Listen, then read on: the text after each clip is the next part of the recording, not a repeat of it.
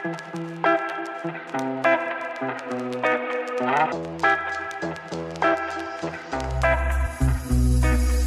condamné à mort aura la tête tranchée.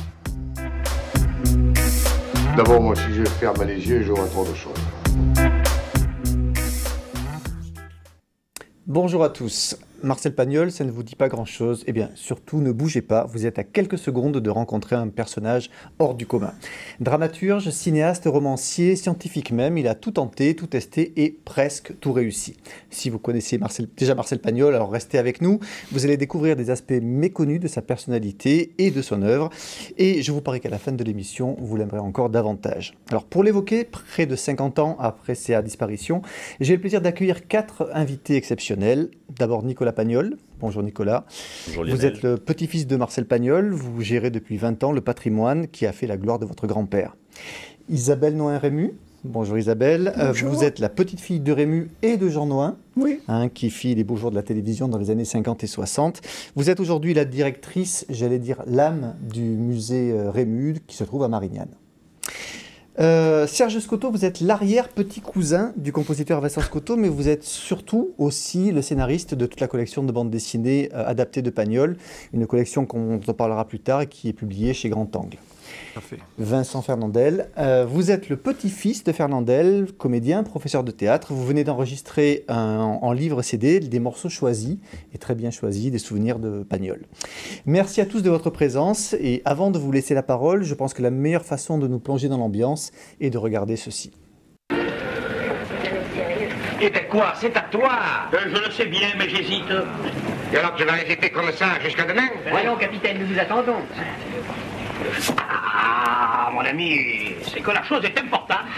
Ils ont 32 et nous Nous avons 30, Oui, nous avons 30. nous allons en 34. Oui, c'est ce coup-ci que la partie se gagne ou se perd. C'est pour ça que je me demande si Pani se coupe à cœur. Mais si tu avais fait attention au jeu, tu le saurais. Ne te gêne plus. Tu le fais Non, pas ne te attention. gêne plus. Ne te gêne plus, mon tolito, je pendant que tu y J'ai es. rien dit, j'ai pas donné de renseignements, j'ai rien dit. En tout cas, nous jouons à la muette. Il est défendu de Paris. Et si c'était une partie de championnat, tu serais déjà disqualifié. Écoute, Panis, moi j'en ai fait plus de 10 de parties de championnat. Et j'ai jamais vu une figure comme la tienne dans les championnats. Évidemment, je me demande toujours si Pani se coupe à cœur. Et je te répète que quand on joue, on ne doit pas parler. Même pour dire bonjour à un ami. Je dis bonjour à personne, je réfléchis. Eh bien, réfléchis en silence. Tu as raison, t'as pas besoin de parler. Ah non, non, non. Et puis je te prie de ne pas lui faire de signes, hein. Tu ne dois regarder qu'une seule chose, ton jeu. Et toi aussi. Ah non, si tu continues à faire des grimaces, je fous les cartes en l'air et je rentre chez moi, hein. Ne vous fâchez pas, Panis. Ils sont cuits. Moi, je connais très bien le jeu de la manille. Et je n'hésiterais pas une seconde si j'avais la certitude que Pani se coupe à cœur. Il continue à faire des grimaces. Tenez, tenez, monsieur Brown, surveillez Scartefigue, moi je surveille César.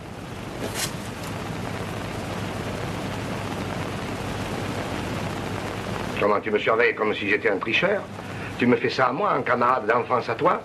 Merci. Je te fais de la peine. Non, tu me fais plaisir, tu me fais plaisir. Tu me surveilles comme si j'étais un scélérat, un bandit de grand chemin. Je te remercie. Tu me fends le cœur, hein? Oh, allons, César. Pas de César, tu me fends le cœur.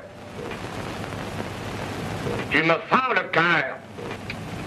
Tu me fends le cœur. Oh!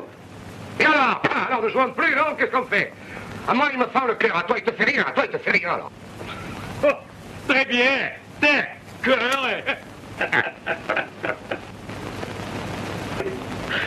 Est-ce que tu me prends pour un imbécile? Tu l'as dit, il nous fend le cœur pour lui faire comprendre que je coupe à cœur. Et alors il joue cœur par bleu. Tiens, tiens, et voilà tes cartes. Hypocrite, tricheur. Je ne joue pas avec un grec. Faut pas que tu ça. Faut pas m'y prendre par un autre. Si on maître Panis, si c'est pas pour par Magenta. Tu me fends le cœur. Je ne peux pas ressortir là.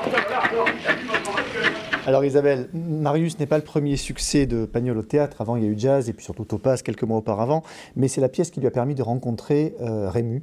Absolument. Et donc, est-ce que vous pouvez nous raconter déjà cette rencontre? Une belle rencontre. Mon grand-père était dans sa loge, il était habillé en femme puisqu'il jouait une pièce qui s'appelait Les Amis de pension. Donc quand Pagnol a ouvert la porte, « Oh, pardon, madame !» Et puis là, il a entendu une grosse voix, il dit « Cherchez-vous, qui cherchez-vous » Et il a réouvert, il a dit, c'est vous que je viens voir parce que j'ai écrit une pièce, voilà. Je m'appelle Marcel Pagnol, je viens d'écrire une pièce et il y a un rôle pour vous. Et mon grand-père le regarde, il dit, vous savez, jeune homme, moi des pièces de théâtre, j'en ai plein. Ah, mais il dit, mais quand même, non, je vais vous la laisser à lire. Ma pièce s'appelle Marius. Et je vous ai réservé le rôle principal. Donc, il s'en va. Et quelques jours plus tard, il revient. Et là, mon grand-père lui dit, écoutez, j'ai lu votre pièce, elle m'a beaucoup plu, mais je ne serai pas Marius, je serai César. Et Pagnol le regarde, il dit, mais enfin, c'est pas un rôle. Vous voulez dire que je ne serais pas Panis? Oui, le film qu'il proposait, c'était le rôle de Panis. Voilà, le rôle de Panis, absolument. Qui était effectivement le rôle principal à l'époque. À l'époque, c'était le rôle principal, tout à fait. Et mon grand-père lui avait dit, non, je veux être César. Et Pagnol lui regarde, il dit, mais c'est pas un rôle. Ah, mais ça n'a aucune importance. Moi, j'en ferai un rôle. Vous voulez t'offrir un... Bon. Et pourquoi voulez-vous absolument être César? Eh bien, parce que toute l'action se déroule chez César, on se rend chez César, et vous ne croyez tout de même pas que c'est moi qui vais faire l'effort de me déplacer pour aller rendre visite aux autres. Et voilà comment ça a commencé. Un sacré caractère. Alors, Nicolas, on raconte que la scène, l'une des scènes les plus connues de Marius, celle qu'on vient de voir sur la partie de cartes, Pagnol avait décidé de l'enlever. Oui. Oui, il avait décidé de l'enlever parce que c'est un sketch, cette scène. Ouais. C'était vraiment une scène qu'il avait écrite pour Rému, pour qu'il puisse s'adonner à ce qu'il adorait, le cabotinage par moments. Mais elle apporte rien à la dramaturgie de sa pièce. Et comme tout auteur, avant de la monter, il essaye de condenser, d'épurer sa pièce. Et il décide de couper cette scène, tout simplement. Et c'est Rému, avec Charpin et Freinet, qui vont la répéter en secret et la présenter le soir de la Générale sans que Pagnol ne le sache. Alors, quelles étaient vraiment les relations entre Rému et Pagnol? On a écrit beaucoup de choses, on a lu beaucoup de choses. Est-ce que c'était des amis? Est-ce que Isabelle, peut-être? Oui, non, mais bon, c'est vrai qu'ils s'entendaient finalement, ils s'entendaient très bien, ils poussaient leur petite gueulante. Bon, c'est vrai que mon grand-père n'avait pas un caractère très facile, mais ils s'entendaient très bien. Pagnol avait un caractère beaucoup plus facile. Oui, c'était de fortes têtes, on peut dire ça, clairement. C'était de vrais caractères. C'était de vrais caractères, mais Rému, c'est une notoriété publique, adorait faire des scandales parce qu'il pouvait s'exprimer pleinement. Il avait une voix, mon grand-père disait qu'il avait, c'est pas un trombone qu'il avait, c'était 2 trombones qu'il avait. On l'entendait lorsqu'il chuchotait au fond de la salle et il adorait se mettre en spectacle de la sorte. Mais les 2 hommes étaient de très grands amis. Ils ont eu des querelles d'ordre professionnel. Mais lorsque Rému va nous quitter, Marcel écrira dans son adieu à Rému les premières phrases, c'est « On ne peut pas faire un discours sur la tombe d'un frère, d'un père et d'un fils. Tu étais pour moi les 3 à la fois. » Je crois que ça résume assez bien. C'est fabuleux. Clairement. Alors, il parle aussi des lanternes magiques qui rallument le génie des génies éteints. Et il refait danser les danseuses mortes. Oui. Et nous rend le sourire des amis perdus. Bien sûr, le cinéma les a réunis, le théâtre au tout début, mais le cinéma les a consacrés. C'est une rencontre comme il n'y en a peu. Celle de Pagnol et Rému, parce que Pagnol, lui, va comprendre comment l'écriture va se transformer en passant du théâtre au cinéma. Il ne va pas écrire de la même manière. Et Rému, lui, va comprendre comment jouer pour le cinéma parlant. Et il va modifier son jeu, lui qui était déjà un comédien très complet au théâtre. Il va comprendre les différences qu'il devait apporter à son jeu. Et cette rencontre, ce couple artistique qui va se former, va faire exploser leur notoriété, leur réussite et leur talent, quoi. Alors, ce qui est extraordinaire, c'est que Marius n'est pas le premier film de Rému, mais on voit la scène, il est de naturel absolument confondant, ça n'a pas pris une ride. Alors, je vous propose de regarder une autre scène de notre film, de notre chef-d'œuvre. Évidemment, c'est la femme du boulanger. Ah, oui, la voilà. Tu l'as vu retourner la pomponnette? Dis, garce, salope, ordure. C'est maintenant que tu reviens, hein? Et le pauvre pompon dit, il s'est fait un mauvais sang de peste depuis hier. Il tournait, il virait, il te cherchait dans tous les coins. Il était malheureux comme les pierres. Et pendant ce temps-là, elle avait suivi son chat de gouttière. Un inconnu, un bon à rien, un passant de clair de lune. Qu'est-ce qu'il a de plus que lui? Rien. Ouais. Oh, mais toi, tu réponds rien. Mais elle, si elle pouvait parler, si elle n'avait pas honte, si elle n'avait pas peur de faire de la peine au pauvre Pompon, elle dirait, il est plus beau, beau. Qu'est-ce que c'est, cette petite différence de l'un à l'autre? Les Chinois sont tous pareils, les nègres se ressemblent, c'est pas une raison, parce que les lions sont plus forts que les lapins, pour que les lapines courent après en clignant de l'œil. Et la tendresse, dit, qu'est-ce que tu en fais de la tendresse?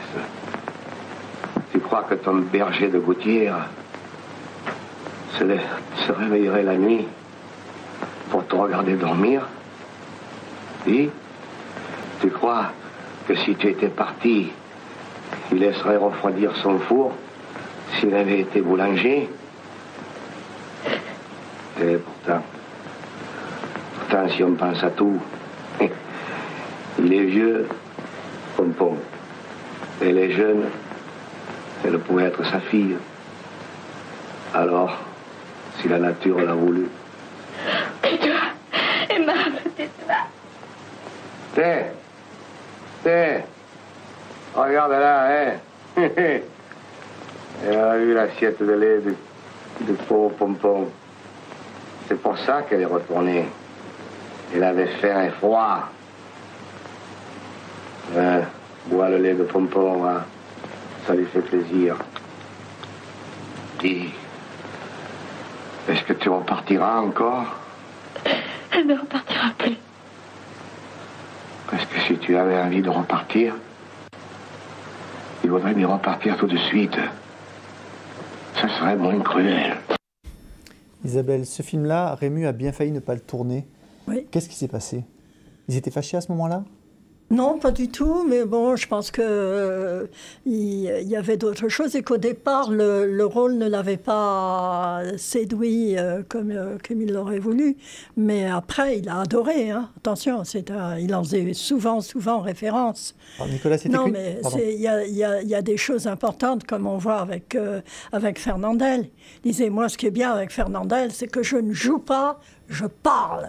Et c'était important. C'est vrai qu'il y avait certains comédiens, ça marchait pas trop, le lien. Et je pense qu'au départ, pour la femme du boulanger, ça avait été un peu ça. Et puis après, c'est vrai que t'as un énorme rôle. Prix d'interprétation aux États-Unis, hein, quand même. Le film est resté 9 ans dans le même cinéma en version originale. Très important. Alors Nicolas Pagnol, cinéaste en tout cas, n'était jamais aussi grand que quand il était servi par Rému, par Fernandel. Et il savait lui-même que son nom sur l'affiche était moins important que le nom de ses interprètes. Il écrit dans une lettre à Giono en leur expliquant « Ton nom et mon nom a moins d'importance que celui de Fernandel ou de Rému pour faire venir des spectateurs ». Est-ce que vous pensez qu'il en a pris ombrage à cette époque-là? Le fait de ne pas être autosuffisant, que le nom de Pagnol n'était pas suffisant? Non, je ne pense pas du tout qu'il en ait pris ombrage. Pas du tout. Pour revenir par exemple sur la femme du boulanger, si Rému refuse à la base, c'est que Pagnol écrit ce film en 15 jours parce que ses studios avaient été désertés par un producteur qui les avait réservés. Il avait besoin de tourner pour ne pas perdre d'argent. Il écrit ce film en 15 jours, d'après une nouvelle de Giono, et il le confie à Mopi, qui est l'ami de Rému, parce que pour lui c'est un petit film, et Mopi lui dit « Mais non, ton film il fait 2h30, c'est un rôle magistral, il faut le proposer à Rému ». Et Pagnol envoie le scénario à Rému. Il écrira dans une lettre que Rému, du coup, s'est fait prier comme une vieille coquette parce qu'il n'avait pas pensé à lui en tout premier lieu.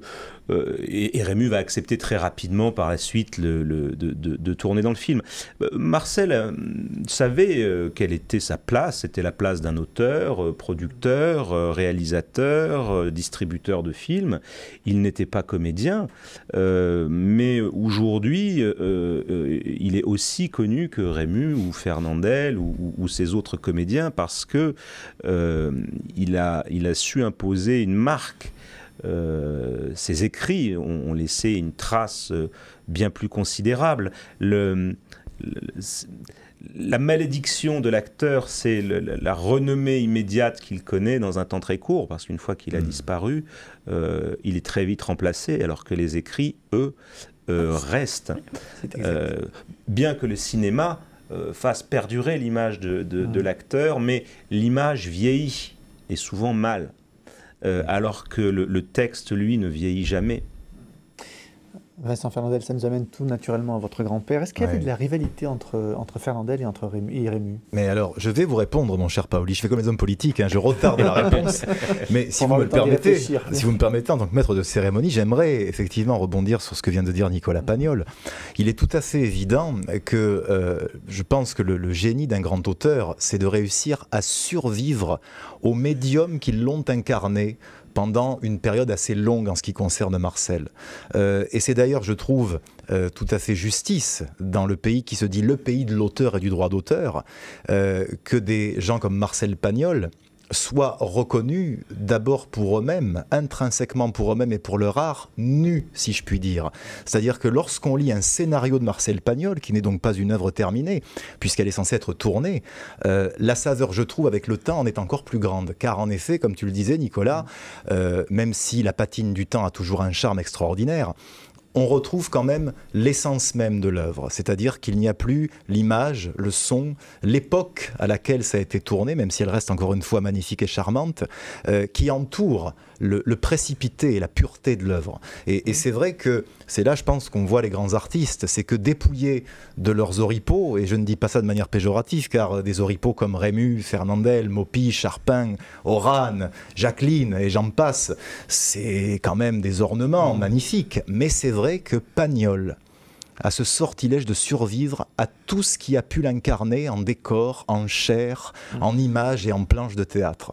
Et ça, je n'ai pas beaucoup d'exemples en France de quelqu'un qui s'est fait connaître par un médium et qui finalement revient au public par l'œuvre, encore une fois, nue, dépouillée. Voilà.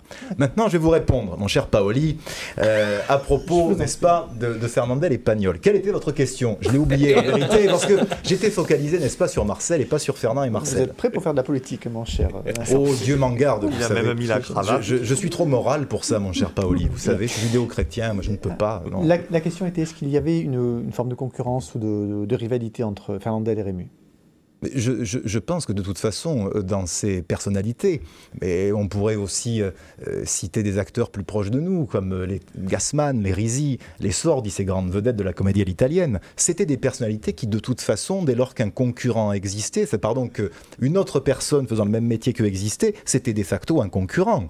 La concurrence, encore une fois, était saine, c'est-à-dire que ce n'était pas une concurrence de petites gens, comme aujourd'hui, où c'est à qui aura le plus de likes, ou le plus de commentaires sur Internet. C'était une concurrence saine. C'était pas à qui serait le plus vu, mais lequel aurait le plus de travail, de talent et d'incarnation magnifique, justement aussi pour pousser l'autre à se dépasser. Aujourd'hui, le mot concurrence a une connotation tout à fait péjorative, parce que l'époque est tout à fait péjorative en termes de connotation sur ce mot-là. Et puis en France, on n'aime pas ça, la concurrence, c'est sale. Mais ces types-là, pour être un peu plus familiers, se tiraient la bourre tout le temps.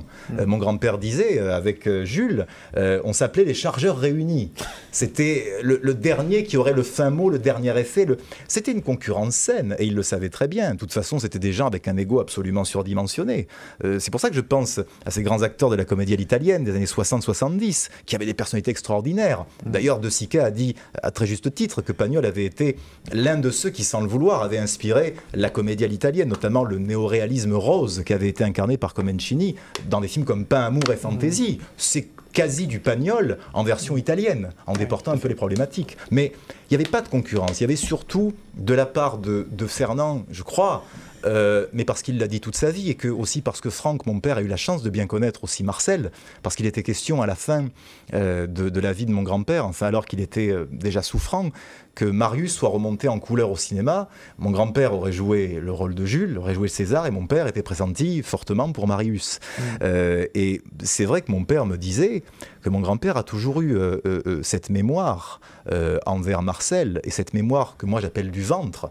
Il a toujours su que grâce à Marcel, il a franchi un pas dans sa carrière que peut-être il n'aurait jamais franchi, ou peut-être plus tard et pas aussi bien. Vous savez, c'est rarissime tout de même qu'un auteur s'empare d'un acteur et fasse émerger un potentiel que l'acteur peut-être ignorait lui-même. Il y a peu d'exemples, encore une fois. Gabin a eu Renoir, mais Gabin avait déjà fait des choses sérieuses avant. Fernandel, non.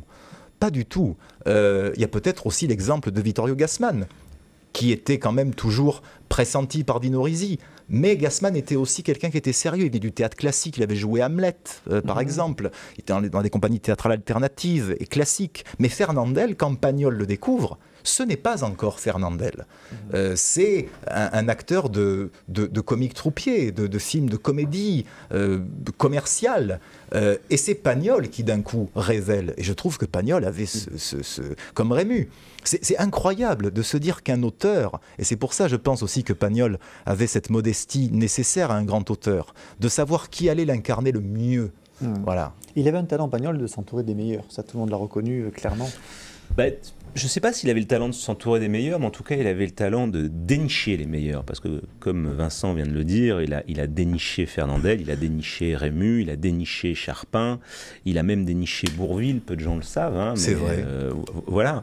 Et donc, la plupart du temps, Nicolas Pardon, envers et contre tous, où chacun lui disait, mais enfin... n'y va pas, oui. Mais ne prends pas ces gens-là, tu vas au four. Oui, on disait que Fernandel avilissait tout ce qu'il touchait, que Rému allait lui faire les pires ennuis. Ils n'avaient pas tout à fait tort, parce que les deux se sont quand même empaillés assez régulièrement. Mais il avait ce talent, oui. Alors la collaboration entre Pagnol et Fernandel, elle est constellée de pépites, et on pourrait sortir plein de belles choses. Bien sûr. J'en ai choisi une, de façon totalement subjective, d'un film qui est un petit peu moins connu que certains grands classiques. C'est un film tourné juste après la guerre, réalisé par Raymond Le Boursier, qui s'appelle Naïs, avec une scène jouée par Fernandel absolument immense. On la regarde. Ne riez pas, Antoine. Vous me faites de la peine. Est-ce que je ris comme un bossu? Oui. Ne pensez pas toujours à cette bosse. Vous en parlez beaucoup trop. Et j'en parle beaucoup parce que je la remarque souvent. Si je veux dormir sur le dos, j'ai la tête en l'air comme les tortues. Les tortues, elles ont une chance, elles sont toutes bossues, tandis que nous... Mais vous, Toine, vous n'êtes pas une tortue. Et puisque vous avez confiance en ceux qui remplissent leur devoir de chrétien, pourquoi n'allez-vous pas vous-même à la messe? Vous y trouveriez de grandes consolations. J'y allais quand j'étais petit. J'ai eu le premier prix de catéchisme. Et maintenant? Pourquoi restez-vous sur la place à m'attendre, au lieu de venir prier avec nous? Parce que depuis que j'ai compris ma bosse, j'ai plus voulu aller à l'église. Compris votre bosse? Je vais vous dire, Madame Rostaing. Quand j'étais petit, mes parents m'adoraient. Et surtout ma grand-mère. J'étais déjà comme je suis, naturellement. Et moi, je ne savais pas... Enfin, je veux dire, je ne savais pas la différence qu'il y avait avec les autres. La bosse, c'est traître. Ça vous vient par derrière, on ne la voit pas. Chez les paysans, il n'y a pas d'armoire à glace.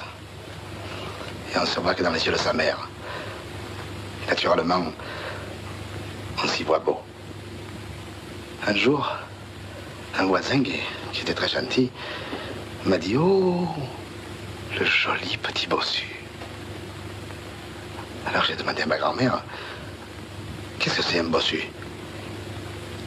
Alors elle m'a dit « C'est vrai que tu es un joli petit bossu, parce que tu as un peu le dos rond. C'est parce que tu n'es pas comme les autres qu'on t'aime beaucoup. » Alors, je lui ai dit « Mais qu'est-ce que ça veut dire un bossu ?» Alors elle m'a chanté une vieille chanson. Je ne me rappelle pas la musique, mais les paroles, ça disait comme ça. Un rêve m'a dit une chose étrange, un secret de Dieu qu'on n'a jamais su. Les petits bossus sont de petits anges qui cachent leurs ailes sous leur par-dessus. Voilà le secret des petits bossus. C'est joli. C'est pas vrai. Moi, j'y ai cru jusqu'à 10 ans. Je croyais que les ailes me poussaient. Alors souvent, ma grand-mère, elle me chantait la chanson qui était beaucoup plus longue que ça. Seulement les grand-mères, Madame Rostaing. C'est comme le mimosa. C'est doux. Et c'est frais. Et c'est fragile. Un matin, elle n'était plus là. une bosse et une grand-mère. Ah, très bien, on peut chanter. Mais un petit bossu, il a perdu sa grand-mère.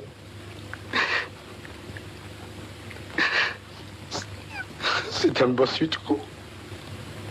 Moi, je voudrais dire un truc. Parce que c'est la deuxième tirade que tu as choisie. 2 tirades, c'est pas par hasard. Parce qu'aussi bien au cinéma qu'en littérature, il n'y a rien de plus facile à rater qu'une tirade. Parce que d'un coup, c'est un tunnel. C'est vrai. Il n'y a plus rien, il n'y a plus aucune agitation. On est comme ça sur un plan fixe, très rapproché. Ouais. Et on peut mourir la nuit pendant une tirade. Et moi, les 2 tirades que tu as choisies, c'est La femme du boulanger et celle-ci. Je les connais par cœur. Et j'ai eu 2 fois encore presque la larme à l'œil, tu vois, à quel point ça marche. Ouais, et c'est l'exercice le plus compliqué que la tirade, parce que, je veux dire, voilà. Et il les réussit toutes, Pagnol, il n'en met pas une à côté, la preuve. Non, mais tu as raison, parce que ça peut vite paraître comme une espèce de morceau de bravoure dédié à l'acteur pour qu'il fasse montre de sa virtuosité, et on s'embête beaucoup. Mais ce qui est fou en plus, et moi je crois savoir pourquoi ça marche à chaque fois. Alors au-delà du fait qu'effectivement, bon, moi ça marche un peu plus peut-être parce que c'est mon grand-père et que ça me touche, mais il y a quand même quelque chose. Moi je rapproche ça aussi de certains films de Claude Sautet, par exemple, que Dabadi écrivait avec Claude Néron, et Sautet parfois lui-même. C'est que on a l'impression que ces mots simples, ces mots de tous les jours, sont des mots qui d'un coup créent une histoire très quotidienne, très banale. On a l'impression que ces mots sont naturels. On se dit, tout le monde parle comme ça. Mais en vérité, c'est tellement bien fait, c'est tellement bien tricoté, c'est tellement magnifiquement organisé et choyé avec cette dentelle autour et cette maestria narrative qu'en fait... Ces mots-là n'ont rien de naturel. Ces mots-là n'ont rien de naturel. C'est écrit. Mais la force, c'est qu'on a l'impression que n'importe qui pourrait les dire. Et d'ailleurs, ça touche tout le monde. Mais c'est vrai que bien sûr, il y a l'incarnation. Ton grand-père est magnifique. Non, mais évidemment. Mais si tu dis que mon grand-père est magnifique, ça passe mieux que si je dis moi il est magnifique. C'est comme quand je dis Nicolas Pagnol est d'un érotisme torride et d'une sauvagerie. Faux, mais... ça passe mieux que si tu le dis toi-même, tu comprends. On en a déjà parlé, Nicolas. Mais il a un texte qui permet de montrer. Il y a un texte qui permet de le montrer, bien sûr. Voilà. C'est vrai que ce qu'on voit, c'est du naturel. Mais n'oublions pas une chose, c'est que Marcel écrivait pour ses comédiens. Il les connaissait très bien, il connaissait leurs phrasés, il connaissait leur façon de se comporter, de lire un texte, de comprendre un texte. Et c'est pour ça que, bien sûr, il y a un talent immense chez Fernandel et chez Rému. Et il y a aussi le talent de Marcel de les faire parler, de savoir comment ils vont interpréter, et donc d'écrire précisément pour chacun de ces comédiens. Oui, la petite musique de mais Cassavetes faisait ça aussi. Cassavetes travaillait exactement comme ça. D'après ce que disaient Peter Falk et Gina Rolands, il avait justement ce talent de savoir qui allait dire quoi et de se servir des personnalités pour justement faire ces films qui d'ailleurs font partie des films qui restent encore d'une vivacité et d'une impression de réalisme très forte. Pagnol, Cassavetes, c'était pas la même chose, mais c'est vrai. Mais j'aime aussi qu'on insiste. Je ne suis pas en train de dire que les acteurs de Pagnol n'ont pas un mérite immense, mais moi, vous savez, je suis quand même d'une culture qui fait que l'auteur est important, car sans lui, et Pagnol n'était pas que auteur, aussi directeur d'acteur, il écrivait sur mesure. Il faut toujours partir du principe que ce qu'on voit n'est jamais qu'une incarnation qui a dans les coulisses une racine extrêmement importante. Voilà, donc il faut le dire. Et puis c'est l'émission de Marcel Pagnol. On met un peu Nicolas en avant, ça lui fait plaisir, on le flatte, c'est un peu comme un goûter d'anniversaire. Ah, mais merci, voilà, je vous en prie, on parlera de Fernandel une autre fois. Le gâteau va pas tarder à arriver. Voilà. Non, mais aujourd'hui, c'est pas la Saint-Nicolas, c'est la Sainte-Isabelle. C'est vrai? Ben oui, c'est ma fête. Alors, vous avez prévu les cotillons, messieurs? On avait prévu d'habiller Scotto en frère Jacques pour te faire un numéro. Ah, mais tout à fait, j'ai mon costume. Voilà, Scotto a toujours un costume sur lui. Voilà. Ça aussi, c'est le talent. L'occasion fait le larron. Bon, les enfants, soyez sages. On va se faire un petit plaisir encore, rien que pour les yeux et pour les oreilles. Un poème, une chanson. Oui, madame, oui. Mais je ne veux pas vous dire un poème, ni vous chanter une chanson. Ce serait une tricherie. Parce que si le poème est beau, vous pourriez en attribuer le mérite au récitant. Je vais donc vous proposer autre chose, qui sera beaucoup plus concluant. Ah, mais c'est qu'il est très intéressant. Laisse-le donc parler. Merci. Oui. Ce que je vous propose, monsieur, c'est de vous réciter un article du Code civil. Le plus court et le plus net. Je dirais presque le plus tranchant. c'est celui-ci. Tout condamné à mort aura la tête tranchée. Oh, c'est pas gai, ça. Non, c'est pas gai, non. Mais ça peut le devenir. Je prétends, messieurs, devant votre accueil amical, vous donner une démonstration complète de mes modestes mérites. Je vais, avec cette simple phrase, vous inspirer les sentiments les plus divers. Tout sera dans l'expression. Qu'est-ce qu'il doit avoir comme expression? Ne me louez pas l'avance, monsieur. Attendez. C'est vrai? Oui, oui, absolument. Eh bien alors, je commence. Voilà.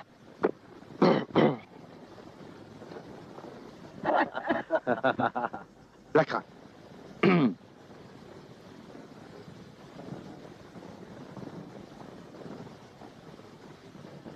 Tout condamné à mort aura la tête tranchée.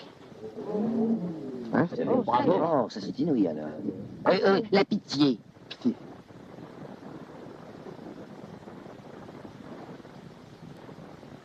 Tout condamné à mort aura la tête tranchée.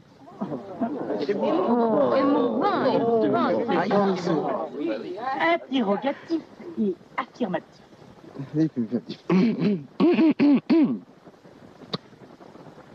Tout condamné à mort aura la tête tranchée. Tout condamné à mort aura la tête tranchée. N'est-ce pas? Ah, ça c'est très bien. Et pensif. Pensif.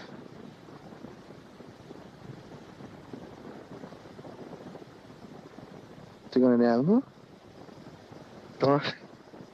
Oh, ne tirez pas l'expression, gardez l'expression. Elle va bouger plus. Voilà. Comique.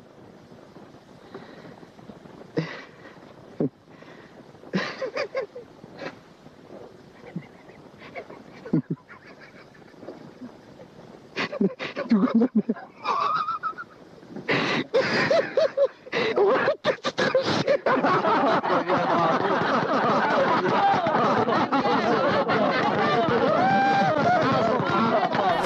Alors, l'extrait absolument génial, qui nous rappelle quand même un truc basique, c'est qu'aussi bien Rému que Fernandel étaient aussi brillants dans le drame, dans le rire, oui, dans tout ce genre de choses. Et Nicolas, ça amène une question, est-ce que ça ne dit pas quelque chose aussi sur la profondeur, en fait, de l'œuvre de Pagnol, qu'on sous-estime peut-être un petit peu? Je ne sais pas si on la sous-estime encore aujourd'hui, non. Ça peut être le cas quand on a parlé de pagnolade. Or, Pagnol n'a jamais fait de pagnolade, c'est ceux qui ont voulu imiter Pagnol qui ont fait de la pagnolade. Non, l'œuvre de Marcel, effectivement, elle nous parle de grands drames de la vie humaine, mais de façon assez légère, parce que Marcel, c'est l'auteur, c'est la commedia dell'arte, c'est-à-dire qu'il a bien étudié ses contemporains, l'humanité, j'ai envie de dire. Et quoi qu'il nous arrive, nous avons deux choix en définitive. Le choix de s'effondrer en pleurs et de tout dramatiser, ou celui de continuer à vivre, d'être debout et d'avancer. C'est ce que nous présente Marcel, c'est cette humanité qui avance malgré la dureté de la vie, malgré les épreuves qu'elle met sur notre chemin. C'est une œuvre assez profonde. J'ai travaillé sur un petit livre aux éditions Robert Laffont, un livre de citations. Et j'ai été frappé à la lecture de toutes ces citations les unes après les autres qu'on avait catégorisées, de voir qu'il y avait une philosophie de vie qui se dégageait de tout ça. Alors oui, Marcel est un auteur des années 20, 30, 40, et dans les années 50, il ne va pas suivre la mode des auteurs, philosophes, politiciens qui commencent à développer leur théorie dans des romans, qui vous assènent des vérités vraies à grands coups de marteau.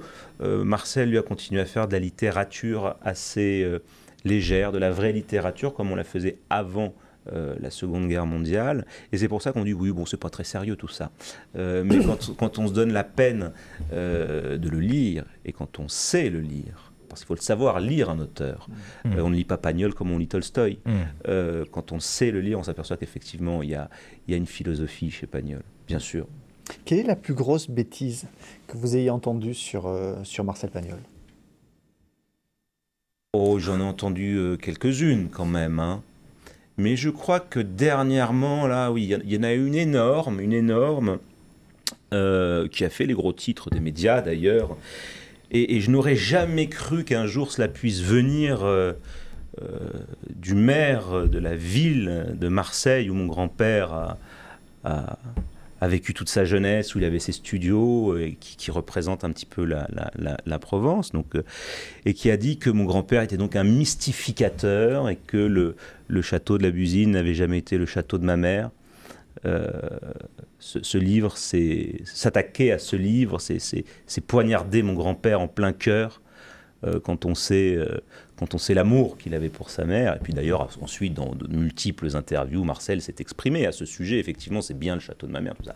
Donc ça, oui, là, je crois que c'est la plus grande ineptie que j'ai pu entendre, au moins sur ces 20 dernières années. Sinon, oui, de bêtises, on en entend toujours. Pagnolade, auteur folklorique, régionaliste, oui, bon, ça, voilà, mais ou bien qu'il ait fait du théâtre en boîte, en parlant de son cinéma, alors que c'est le premier cinéaste à faire sortir le cinéma parlant dans les extérieurs, dans les collines, hors des studios.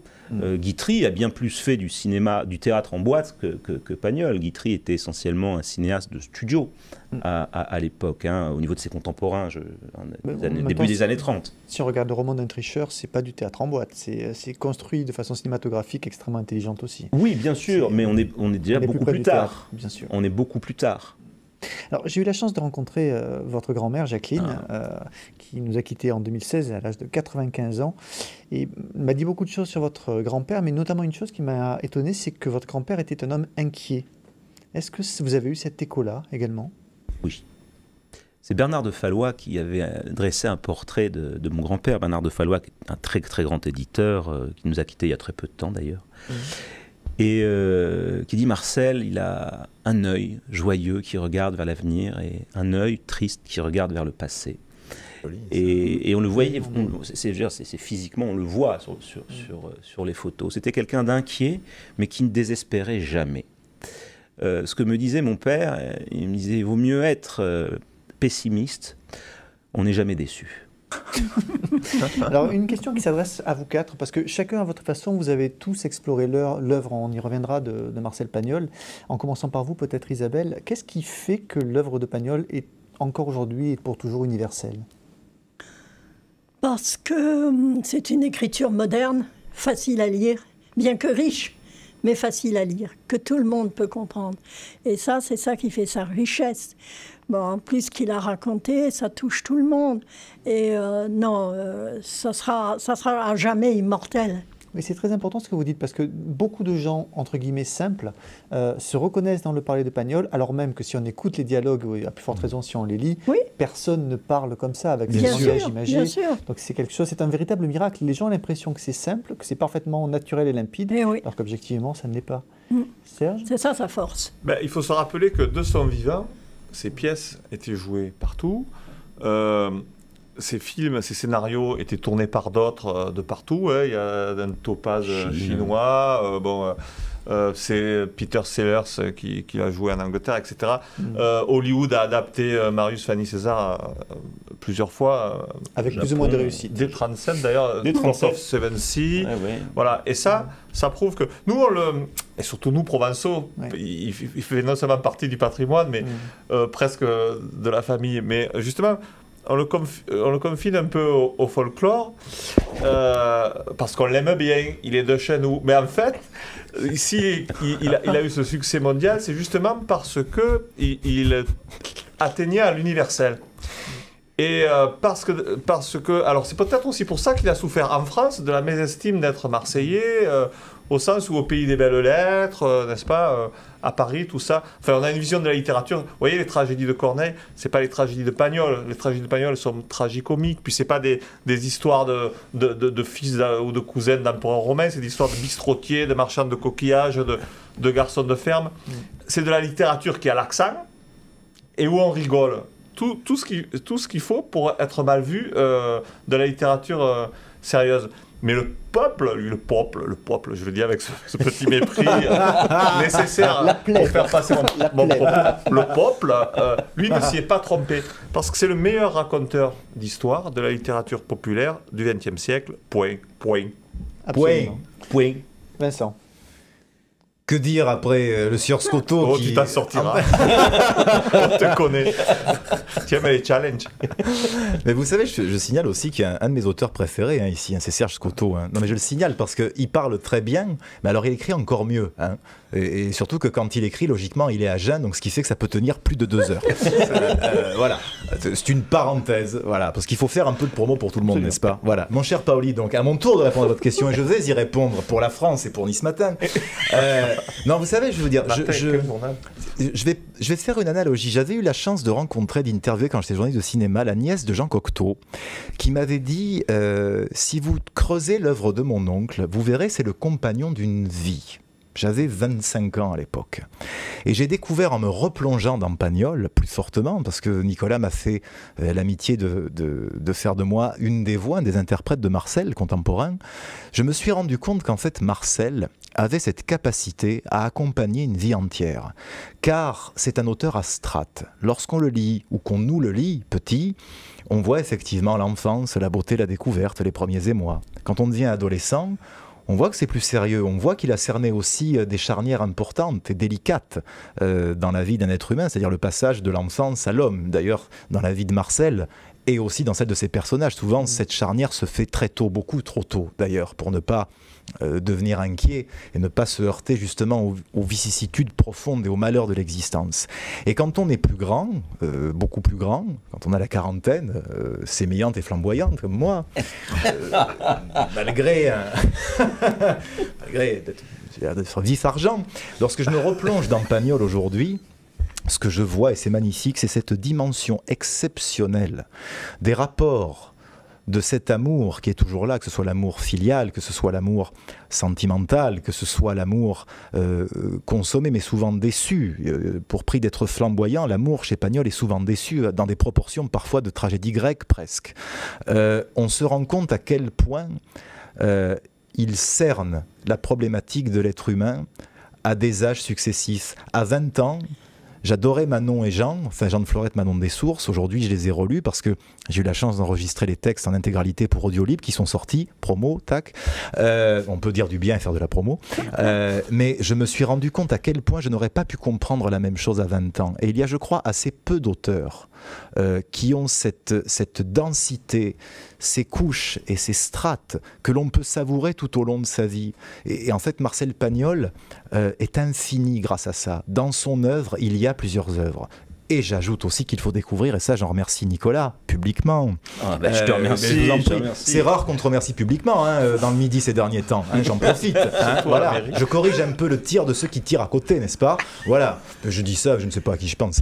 Moi non plus. Moi non plus. Vous savez, moi, des fois, il me vient des illuminations, mais cosmiques, et je ne sais plus ce que je dis. Restons à notre je propos. remercie Nicolas Pagnol, n'est-ce pas, de m'avoir donné l'accès à des correspondances qui d'ailleurs existaient déjà, ou à des lettres que je ne connaissais pas. Car moi, je pensais connaître la plupart des œuvres de Pagnol. Mais en vérité, ces œuvres, ce sont aussi ses écrits et ses correspondances. Ce sont des œuvres en soi.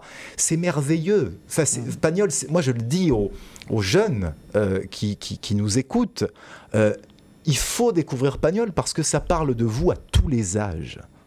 C'est ça qui est extraordinaire. Oui, on en revient au naturel de cet auteur, parce que quand on voit les pages des manuscrits, il n'y a pratiquement aucune rature. Le plus souvent. Parce qu'il jetait en fait. Il jette. Il refaisait entièrement. Mais cela dit, tu m'as coupé la fin de ma phrase. Voilà. Une question un peu, alors pour le coup, la poser un peu différemment, Nicolas. Est-ce que vous connaissez par cœur et parfaitement l'œuvre de votre grand-père? Est-ce que vous découvrez encore des choses que vous ignoriez avant, en la relisant? Oui. Bien sûr, parce que déjà l'œuvre est assez imposante. Et puis comme l'a dit Vincent, en fonction de l'âge à laquelle on va la lire, on va trouver des choses différentes. J'ai pas là d'exemple particulier à vous donner, mais si j'avais un conseil à donner à toutes les personnes qui arrivent en âge de voter, par exemple, ce serait de lire Topaz, qui est une pièce très étonnante. Et on peut se dire, jeune, non, il abuse, oui, c'est de la comédie, non, là, tout de même, la corruption politique, ce n'est pas à ce niveau, et puis c'est pas aussi simple, et puis ils sont quand même très intelligents, nos politiques, tout ça. Et Pagnol nous démontre qu'en fait, non, il y a simplement des margoulins, pour certains, qui profitent de la naïveté du bon peuple. Et ça, vraiment, c'est une œuvre... Je l'ai vraiment prise au sérieux assez tard. On peut relire aussi Les Marchands de Gloire. Cette aune-là, c'est très intéressant. Les Marchands de Gloire, je crois qu'au niveau de l'actualité, de ce qui se passe dans le monde, c'est une pièce, oui, que beaucoup devraient lire. Je pense que ce serait salvateur. Alors, j'ai retrouvé ce que je voulais dire. Et vous n'y couperez pas. Sur son naturel littéraire. C'est que quand, grâce à Nicolas, j'ai lu aussi ses correspondances. Quand on lit ses correspondances, les phrases, on les croirait extraites de ses œuvres. Elles sont aussi bien formulées. On se dit que c'est même dommage que ce ne soient pas des phrases extraites d'œuvres qu'on y trouve pour que tout le monde puisse en profiter. Donc je voulais dire simplement qu'il écrit... le naturel de ses correspondances va de pair avec le naturel de son œuvre, et on sent qu'il écrit naturellement, tout simplement parce que c'est pareil. Ses lettres... à Fernandel ou à Rému ou ses romans, c'est écrit de la même façon. Il y a une bizarrerie Pagnol quand même, c'est que c'est une œuvre qui est profondément ancrée dans le XXe siècle et qui pour autant se décline parfaitement au XXIe. Alors, vous allez garder la parole, Serge, puisque... Gardez-la. Parce que... concentre, parce que... Tu vas devoir parler à peu près 3 minutes in extenso. Concentre-toi, ça va être difficile. Non, mais c'est vrai que vous êtes au cœur d'un projet qui a démarré en 2015, l'adaptation de la totalité de l'œuvre de Pagnol en bande dessinée, pas quelques albums, pas les œuvres les plus connues, mais la totalité. Est-ce que vous pouvez nous raconter comment c'est né ce projet? Top chrono, 3 minutes. Alors, ce n'était même pas une idée, c'était une évidence, voire un manque. Moi, je m'étais toujours demandé pourquoi ça n'existait pas, Marcel Pagnol en BD, tellement il était évident que ça s'y prêterait, parce que c'est un auteur qui pense en images. On s'en est aperçu en adaptant les souvenirs d'enfance, par exemple. C'est des images qu'il décrit, il nous dit presque où mettre la caméra. Et puis, c'est aussi un auteur de théâtre. C'est un maître des dialogues. Et la BD, c'est des images et des dialogues. Donc, c'est pas pour rien qu'il est un auteur de théâtre et un auteur de cinéma. C'est tout ce qu'il faut pour faire un bon auteur de BD. C'est quelqu'un qui pense en images et qui écrit de merveilleux dialogues. Donc, c'était évident que ça allait marcher dans la BD, parce que ce n'est pas une littérature intellectuelle. On ne peut pas tout adapter à la BD. Mais Pagnol, c'était parfait. Ça n'avait jamais été fait, parce qu'il y avait eu quand même une tentative... qui avait été avorté il y a 2 décennies, bientôt 3 de ça. Il y avait une envie réelle de Jacqueline, notamment, parce que Marcel adorait la BD, il ne s'en est jamais caché. Il y a plein de références à la BD dans son œuvre, parfois très discrètes. Il y a des clins d'œil étonnants, au Pierre Nicolet, à Tintin. Mais, par exemple, par exemple, quand on a écrit Le Temps des Amours, il y a cette scène où Pétugue, je crois... avec son petit roquet. Pétugue nous est décrit comme un rouquin avec une houppe. Il a un petit roquet qui se fait dévorer dans les collines de la Treille par un serpent de 4 mètres. Ça vous rappelle rien, ça? C'est une scène de Tintin au Congo. Et c'est ça, le culot de Pagnol, c'est qu'il est capable de nous faire avaler des couleuvres. Mais c'est vrai, tu as raison. Des couleuvres de 4 mètres. Mais tu as raison. Mais oui, dans la partie de boule, par exemple, la triplette internationale des Bouches-du-Rhône, ces joueurs un peu bandits là, qui gagnent tout le temps, etc. Il nous les décrit, mais on s'est dit, mais c'est les pieds nickelés. Donc dans la BD, on a repris les personnages des pieds nickelés, d'autant plus qu'aujourd'hui ils sont dans le domaine public, donc on peut. Parce qu'enfin, je veux dire, il y a celui qui s'appelle Ficelle, Filochard. Enfin, d'un coup, on s'est dit la triplette, on sait que Pagnol aimait les pieds nickelés. Voilà, son amour de la BD, on le retrouve aussi. C'est étonnant, ça. Et vous avez même repéré des erreurs. Alors, une erreur, en tout cas, dans La Gloire de mon père. Ouais, mais ça c'est normal, parce que quand on repère des erreurs, parce qu'on est obligé de s'y pencher de très près. Par exemple, dans La Gloire de mon père, il dit qu'il lisait les pieds nickelés, ce qu'il fera certainement plus tard. Mais ça se passe en 1903, alors qu'en fait les Pieds nickelés sont publiés dans les patents à partir de 1908. Donc pour la véracité de l'image, on a fait que Petit Paul, dans la BD, lit l'album illustré pour la jeunesse, ce qu'on trouvait à l'époque. On a corrigé 2-3 trucs comme ça. Il y a à un moment donné, c'est ça, mais c'est la magie de la littérature. Moi j'adore ça. La littérature c'est plus fort que la réalité. Dans La gloire de mon père, emporté par son lyrisme, il fait se coucher le soleil 2 fois à un moment donné. Bon, ça se voit pas parce que c'est à plusieurs pages d'intervalle, mais en BD ça se serait vu, donc évidemment, voilà. Et ça enfin, moi j'aime ça parce que vous, franchement, soyons honnêtes, mais la vérité c'est ce en quoi on croit. C'est pour ça que Pagnol dit toujours la vérité, puisqu'on y croit. Mais vous y croyez, vous? Par exemple, est-ce que vous, toi, enfin, dans la vie on se tutoie, mais là, comme à Nice Matin, on va se voyer. Lionel, vous y croyez, vous? Vous pourriez me réciter les conversations que sous vos yeux, lorsque vous aviez 5 ou 6 ans, tenaient votre père et votre oncle à table le dimanche? Difficilement. Pagnol, il vous retranscrit ça comme s'il avait traduit les hiéroglyphes. Vous voyez, et donc en fait, il invente tout. Tout est prétexte à son invention, et à la fois, donc tout est vrai, tout est faux, et ça n'a aucune importance parce que la littérature a sa propre vérité. Et la littérature de Pagnol, elle se prête totalement à la bande dessinée, même si quand on l'applique, on se rend bien compte qu'il y a des choses qui sont énormes. La scène de la Bartavel, par exemple. Hein, je n'ai pas envie de détruire le mythe, mais même si, donnez-moi un poulet rôti, je vais essayer de le lancer sur la tête de Vincent. Il est à 3 mètres, il faudra que je m'y reprenne à 10 fois pour arriver à le lui mettre bien sur la tête.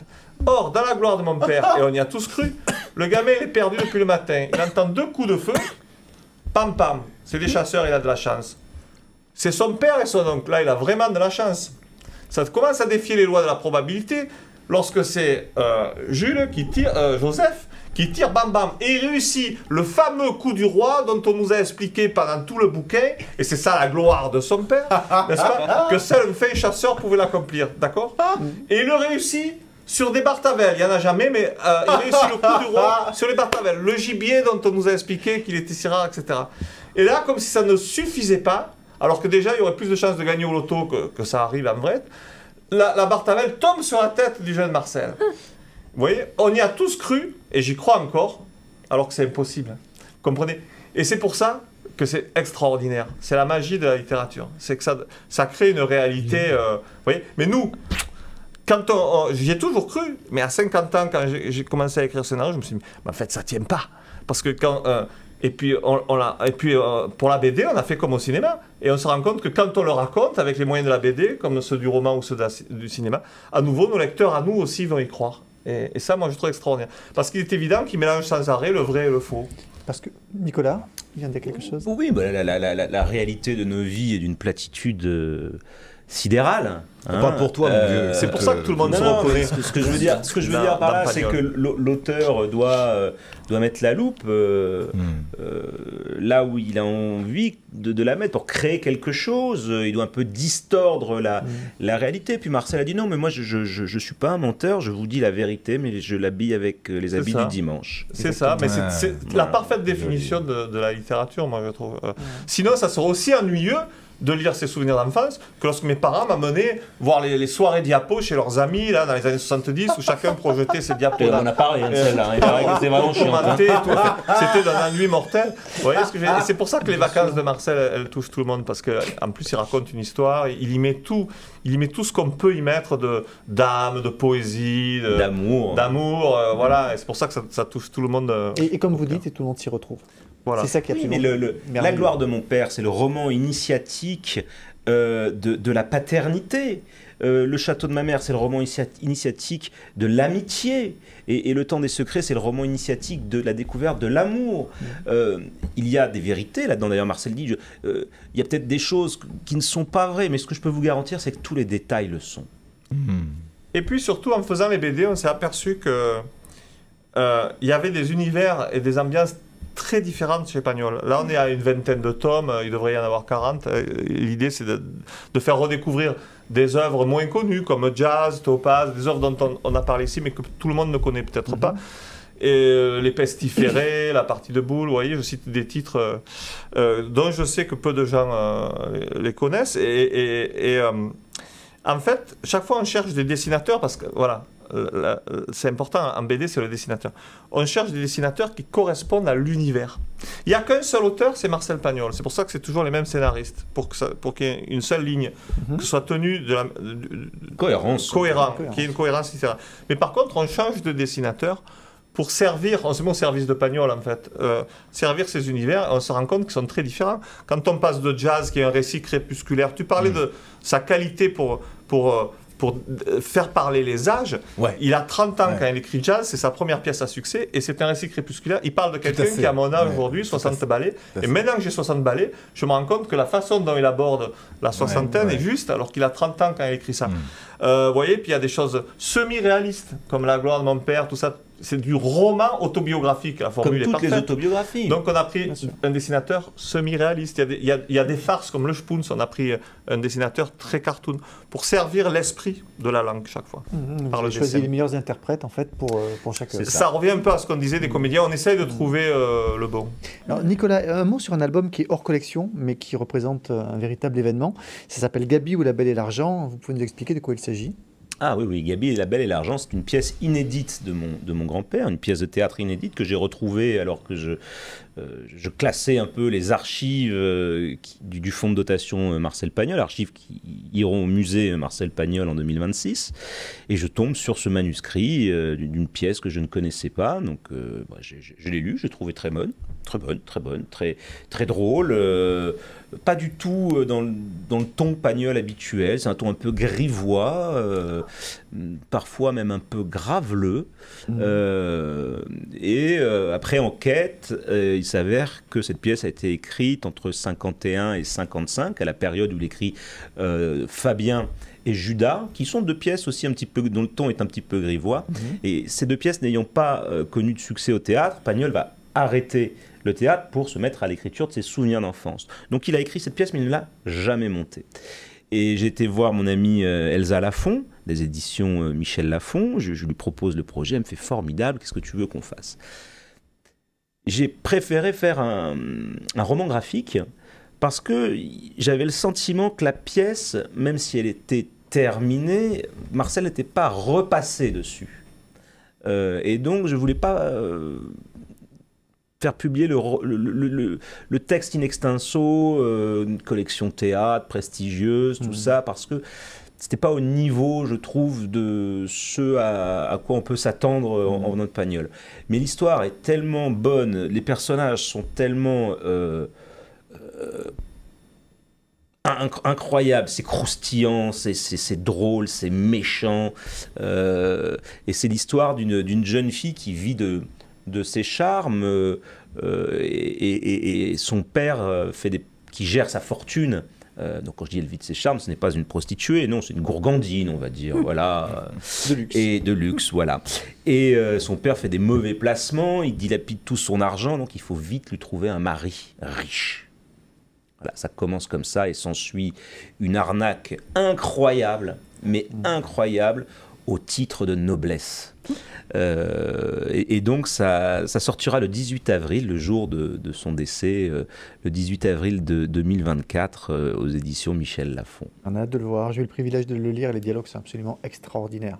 Il y en a, c'est du Pagnol pur jus dans l'esprit, dans la flamboyance. Enfin, Pour moi, c'est entre Topaz et La prière aux étoiles. Oui. Exactement. Alors, Marcel Pagnol va revenir au cinéma en 2025 sur grand écran, mais cette fois, il est le héros de sa propre histoire. C'est Sylvain Chaumet, le réalisateur des Triplettes de Belleville, qui adapte sa vie en dessin animé. Ce qui peut passer assez étonnant. Ça va s'appeler Marcel et Monsieur Pagnol. Avant toute chose, comment est né ce projet, puis pourquoi pas un véritable biopic ? Alors, ce projet est né il y a peut-être 10 ans, avec mon ami Acharguine Poiret, qui est producteur. Nous voulions faire un grand documentaire sur Marcel, et puis on réfléchissait, et puis après on s'est dit on va peut-être faire un petit peu de reconstitution en live, et puis on se disait mais non, comment on va faire pour... Qui va interpréter Rému ? Qui va interpréter Fernandel ? Ce n'est pas possible. On réfléchit, et on travaille avec un producteur, ça se passe mal, on lui dit au revoir, on cherche un nouveau producteur, mais surtout on trouve un réalisateur formidable, Sylvain Chaumet. Donc on va le rencontrer chez lui. Je m'aperçois qu'il est passionné de Pagnol. J'avais adoré les Triplettes de Belleville, j'avais adoré L'Illusionniste. Et on devient très amis, et au bout d'un moment, on se dit tous, bon, on va pas faire un documentaire, on fonce sur un long métrage. Et pourquoi l'animation? Mais parce que l'animation permet tout. Elle permet de voir Rému, elle permet de voir Fernandel, non pas singé par des acteurs maquillés auxquels personne ne croirait. Elle permet de voir le Paris des années folles. Elle permet de voir Marseille et le pont transbordeur et les grues du Vieux-Port et le téléphérique qui montait à Notre-Dame de la Garde. Voilà, elle permet d'être réellement dans l'époque et puis surtout, elle permet à Sylvain Chomet de faire étal de toute sa poésie. Parce que l'histoire, je ne vais pas spoiler, comme on dit, le film, mais le point de vue est formidable. C'est-à-dire que c'est Marcel Pagnol vieux qui écrit la première phrase que tous les jeunes enfants peut-être ou encore aujourd'hui connaissent. Je suis né dans la ville d'Aubagne sous le garlaban couronné de chèvres au temps des derniers chevriers. La première phrase de La gloire de mon père. Et là, son double, enfantin, tombe de la bibliothèque. Et ce petit garçon va lui dire, attention Marcel, n'écris pas n'importe quoi, parce que partout où tu as été, j'ai été moi aussi. Et en définitive, quand j'ai rencontré en fait Sylvain, qu'on a beaucoup parlé, il dit mais si tu voulais faire un film sur ton grand-père, qu'est-ce que tu aimerais qu'on dise, comment tu le vois? J'ai réfléchi et je me suis rappelé dans la Bible, qu'as-tu fait de ton talent? Ça c'est une première chose. Et une deuxième chose, Saint-Ex, on ne vient pas d'un pays, on vient de son enfance. Et ce sont ces deux phrases que je lui ai données. Et en fait, comment notre enfance nous guide-t-elle dans notre vie?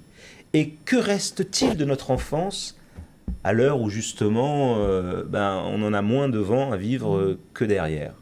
Alors le producteur de ce film, Achar Guine-Poiré, nous a fait un magnifique cadeau. Il nous a confié le teaser, le pilote de ce film, en me demandant de préciser une chose très importante, c'est que c'est pas du tout, ça ne reflète absolument pas l'œuvre terminée, notamment les voix des personnages que vous allez entendre, c'est pas les voix définitives, le casting n'a pas encore été fait, c'est uniquement fait pour présenter ce projet, évidemment pour obtenir des fonds, pour pouvoir mener le projet à terme. Oui, les accents ne seront pas ceux que vous entendrez. Je vois déjà tous les Provençaux vent debout en train de charger leur calibre 12 qu'ils ont décroché au-dessus de la cheminée. Je vous en prie, n'attaquez pas les cinémas à la sortie de ce film. Nous aurons des vrais accents provençaux. Et dans ce que tu dis, ce que tu sous-entends, c'est que tout bon provençal a le calibre 12 au-dessus de la cheminée, naturellement. Oui, oui. On est d'accord. Oui. Scotto, vous avez quoi, vous? Ça tombe bien parce qu'on va bientôt en avoir besoin. Non, mais vous avez vu comment ça me tourne en ce moment. Regardez, c'est magnifique. À cette époque, je n'étais encore qu'un petit professeur d'anglais, arraché à sa Provence natale. J'avais troqué ma plume pour une craie, le soleil de Marseille pour la grisaille parisienne. Devenir écrivain, il y a des promesses qui sont plus faciles à dire qu'à tenir. Un jour, maman, tu seras fière de moi. Mais je suis déjà fière de toi, Marcel. Mon enfance s'était envolée ce jour-là, et j'ignorais qu'un jour, elle reviendrait dans ma vie. Marcel, qu'est-ce que tu fais là? Eh bien, à force de fouiller dans tes souvenirs, tu as fini par me faire tomber de la commode. Et puis, je ne veux pas que tu écrives n'importe quoi sur nous. Parce que, partout où tu es allé, je suis allée. Quand tu es venu à Paris avec la pianiste, que tu as quitté pour une actrice. Et pourquoi tu n'écrirais pas une pièce qui se passerait chez vous, à Marseille? Voyons, Aurane, Marseille sans l'accent, c'est pas vraiment Marseille. Eh bien, justement, Fada, il faut l'écrire en marseillais. Et Rému? Ah, Rému. Ça m'est égal, je veux jouer César. Mais pourquoi? Je veux être patronne du bar. Je veux que la pièce se passe chez moi. Ce n'est pas Monsieur Rému d'aller chez Charpin. C'est Charpin qui doit venir chez Rému, alors. Et notre voyage à Londres, tu t'en souviens? Le cinéma parlant. Enfin. Well, where have you been? Oh, is it your birdie store? Well, he was kind of sore till I talked him out of it. Vous parlez de quitter le théâtre, mais vous n'avez pas le droit. Ne serait-ce pas une désertion? Une lâcheté véritable. Ne seriez-vous pas déshonoré pour toujours? Après tout ce que le théâtre a fait pour vous? Et les Américains? La Paramount. Enfin, un Français qui parle l'anglais. Êtes-vous femme, Marcel, aller au restaurant? Il me fend le cœur. Il me fend le cœur. Oh, Et là, on ne joue plus, non, qu'est-ce qu'on fait?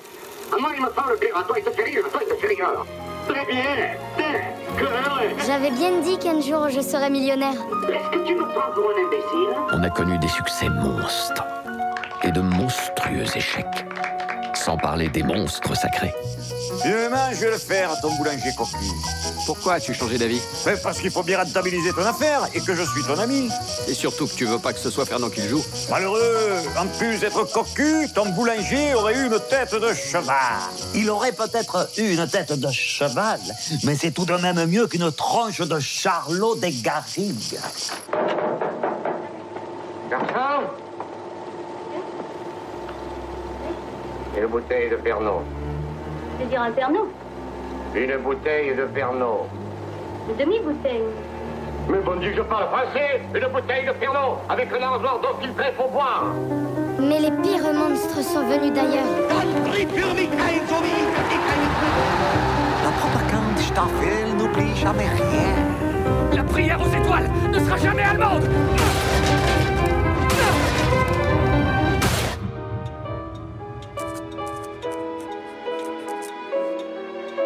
Telle est la vie des hommes. Quelques joies, très vite effacées par d'inoubliables chagrins. Mais il n'est pas nécessaire de le dire aux enfants.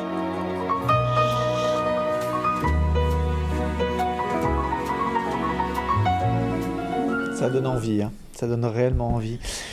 Nicolas, vous avez rénové à grands frais les films originaux de votre grand-père. On n'en parle pas forcément souvent, mais enfin, c'est quand même quelque chose qui est très important et qui permet aujourd'hui aux gens de les voir dans des qualités absolues, mais ils passent quasiment jamais à la télévision, sauf parfois sur Arte, et ne sont pas disponibles sur les plateformes. La faute à qui?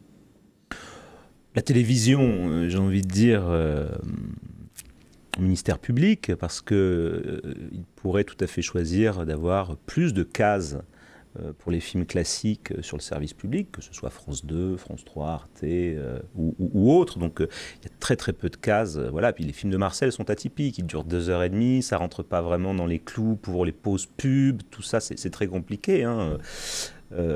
Voilà. Pour les plateformes, ça va venir.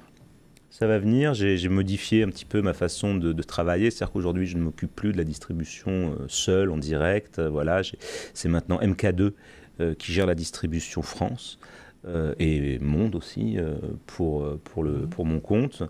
Donc ça devrait bientôt changer, ils sont disponibles en DVD, en Blu-ray, et très bientôt au cinéma. On va avoir une très belle rétrospective cette année au Festival de La Rochelle, une deuxième à la Cinémathèque française et une ressortie nationale de tous ces films au cinéma grâce à mon nouveau distributeur cinéma, parce que j'ai aussi délégué maintenant la distribution, qui est Carlotta. On ne peut qu'inviter évidemment tous les gens qui nous regardent, si vous ne les connaissez pas, si vous avez la chance de ne pas les connaître, n'hésitez pas à vous replonger là-dedans, vous avez des heures et des heures de merveilles qui vous attendent. Avant de clore cette émission, voici quelques livres qui vous permettront d'aller plus loin, si vous souhaitez mieux connaître Marcel Pagnol. Tout d'abord, Marcel Pagnol, l'album d'une vie, par Nicolas Il est très Pagnol. bon celui-là, je sais, parce que c'est moi qui l'ai écrit, il est très très bien. Il est remarquable. Et il est à un prix avantageux, parce que quand on voit la qualité pour le prix, une somme franchement, il ne faut pas hésiter. Et au kilo, le Pagnol, il ne faut pas hésiter, il faut l'acheter. En tout cas, c'est le film à acheter et à offrir aux inconditionnels. C'est le livre, la Bible. On découvrira notamment des correspondances entre Marcel et son père Joseph qui sont tout à fait étonnantes. Un autre livre tout à fait différent, Marcel Pagnol, Un autre regard, par Karine Anne, pour découvrir toutes les subtilités de l'œuvre et du style de Marcel Pagnol. Il faut l'acheter aussi. Nicolas touche moins dessus, mais il faut l'acheter quand même. Il n'y a pas de petites économies. C'est pas mal non plus. C'est bien. Absolument. Pagnol inconnu par Jean-Jacques Gélot-Blanc, qui retrace les principaux épisodes de la vie de Marcel, qui n'est pas tout neuf, mais c'est une bonne synthèse. Jean-Jacques ou le livre n'est pas tout neuf, je ne sais pas. Les deux, oui. On le salue Jean-Jacques, comme chez Drucker, si tu nous regardes Jean-Jacques. Tu le regardes. Les carnets de cinéma de Marcel Pagnol lui-même aux éditions de La Treille. Ce sont des textes inédits qui sont présentés par Nicolas ici présent et qui racontent notamment les années de guerre de Marcel et qui sont vraiment absolument passionnants. J'ai écrit le rôle de ta vie, toujours de Marcel Pagnol. C'est quelques-unes des plus belles lettres échangées entre notamment Pagnol et ses interprètes, Rému Fernandel. Et comme le disait Serge Scotto, il y a vraiment des petits moments absolument délicieux. Si vous avez des enfants, ne manquez pas Marcel Pagnol, lu par Vincent Fernandel, un magnifique livre CD, avec des morceaux choisis, je le disais fort bien choisis, des souvenirs d'enfance. Aux éditions Fleurus, il faut acheter aussi, parce que quand même, hein, c'est important. J'attendais que tu rebondisses. Non. C'est important. Tu n'es donc pas le pitre que je pensais, Nicolas. Tu viens de me le prouver, merci, très bien. Voilà. Non, et je dois dire aussi qu'il y a cette magnifique lecture que tu vois, je vais le faire. Il faut le faire pour Vincent, parce qu'il faut le sortir du RSA, c'est important. Tu l'as fait dans une émission. C'est-à-dire, je t'avais dit qu'un jour je le ferai. Tu l'as fait. L'enregistrement entre nous, logiquement, la formidable lecture de Jean de Florette et Manon des Sources que tu as faite. Voilà, ça c'était ma contribution à ton bien-être. C'est très gentil. Nicolas, je dois le dire, me donne des rois commis de soupe très souvent quand on se voit. Voilà. Il ne me permet pas de manger rastable avec lui, mais j'ai quand même un couvert sur la table basse. Le couvert du pauvre. Le couvert du pauvre. Vieille tradition provençale. Voilà. Non, j'apprécie ce que la famille Pagnol fait encore. Et je vous recommande. Prochaine émission de télé, je te fracasse. Tu m'as pris de court à la fin en plus, ça se fait pas. Il est fort quand même. Et je vous recommande également le livre d'Isabelle Noin-Rému, Rému, un grand enfant de génie, pour tout savoir sur le grand Jules qui a créé César, sans oublier naturellement le magazine hors série publié aujourd'hui par le groupe Nice Matin, Marcel Pagnol d'un siècle à l'autre. Vous y retrouverez des dizaines de photos inédites, des manuscrits jamais publiés, des anecdotes à foison, tout ce qu'il faut pour mieux connaître et pour mieux aimer Marcel Pagnol. Et toutes nos merveilleuses BD aux éditions Grand Angle. Absolument, mais je l'avais déjà dit ça. Absolument. Oui, mais ça fait, il vaut mieux le redire. J'ai fait le voyage quand même. J'ai fait le voyage. C'est tellement beau. C'est touchant. C'est magnifique. Il me reste à vous remercier tous les quatre pour cette parenthèse enchantée dans le petit monde de Marcel Pagnol. Merci à toi. Merci à Sophie Doncé et Philippe Bertini pour la réalisation de cette émission que vous pouvez revoir ou voir en replay sur Facebook et YouTube. Merci à vous de nous avoir suivis. Bonne soirée à tous et à bientôt.